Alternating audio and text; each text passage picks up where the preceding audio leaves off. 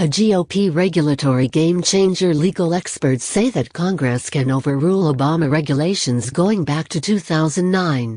Todd Gaziano on Wednesday stepped into a meeting of free market attorneys, think tankers and Republican congressional staff to unveil a big idea. By the time he stepped out, he had reset Washington's regulatory battle lines. These days Mr. Gaziano is a senior fellow in constitutional law at the Pacific Legal Foundation. But in 1996 he was counsel to then Republican Representative David McIntosh. He was intimately involved in drafting and passing a bill Mr. McIntosh sponsored, the Congressional Review Act. No one knows the law better.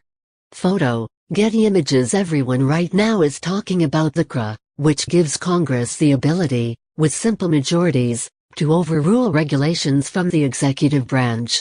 Republicans are eager to use the law, and House Majority Leader Kevin McCarthy this week unveiled the first 5 Obama rules that his chamber intends to nix. The accepted wisdom in Washington is that the COPWATCH can be used only against new regulations, those finalized in the past 60 legislative days. That gets Republicans back to June, teeing up 180 rules or so for override. Included are biggies like the Interior Department's Streams Rule, the Labor Department's Overtime Pay Rule, and the Environmental Protection Agency's Methane Rule.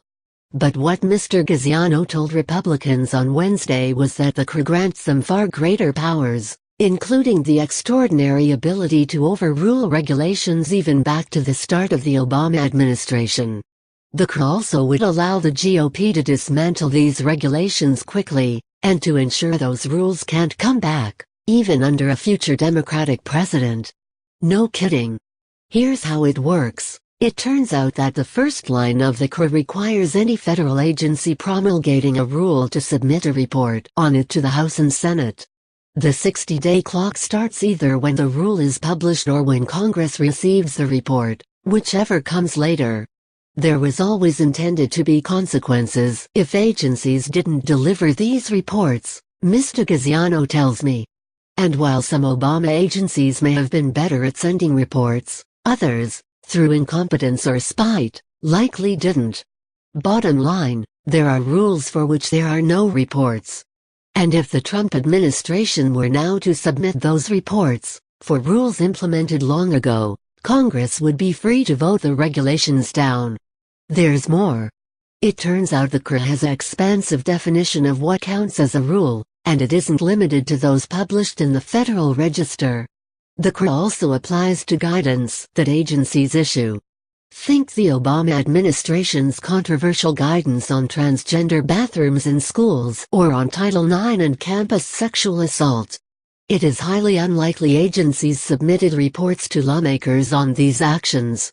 If they haven't reported it to Congress, it can now be challenged, says Paul Larkin, a senior legal research fellow at the Heritage Foundation. Mr. Larkin, also at Wednesday's meeting, told me challenges could be leveled against any rule or guidance back to 1996, when the COPWATCH was passed. The best part? Once Congress overrides a rule, agencies cannot reissue it in substantially the same form unless specifically authorized by future legislation. The COPWATCH can keep bad regs and guidance off the books even in future Democratic administrations, a far safer approach than if the Mr. Trump simply rescinded them. Republicans in both chambers, particularly in the Senate, worry that a great use of the COPWATCH could eat up valuable floor time, as Democrats drag out the review process. But Mr. Gaziano points out another hidden gem: the law allows a simple majority to limit debate time. Republicans could easily whip through a regulation an hour. Imagine this scenario: the Trump administration orders its agencies to make a list of any regulations or guidance issued without a report. Those agencies coordinate with Congress about when to finally submit reports and start the clock. The GOP puts aside one day a month to hold COPWATCH votes. Mr. Obama's regulatory legacy is systematically dismantled, for good. This is aggressive, sure, and would take intestinal fortitude. Some Republicans briefed on the plan are already fretting that Democrats will howl. They will. But the law is the law, and failing to use its full power would be utterly irresponsible. Democrats certainly would show no such restraint were the situation reversed. Witness their treatment of Mr. Trump's cabinet nominees. The entire point of the COPWATCH was to help legislators rein in administrations that ignored statutes and the will of Congress. Few White House occupants ever showed more contempt for the law and lawmakers than Mr. Obama. Republicans, if anything, should take pride in using a duly passed statute to dispose of his wayward regulatory regime. It'd be a fitting and just end to Mr. Obama's abuse of authority, and one of the better investments of time this Congress could ever make. Write to Kim at WSJ.com.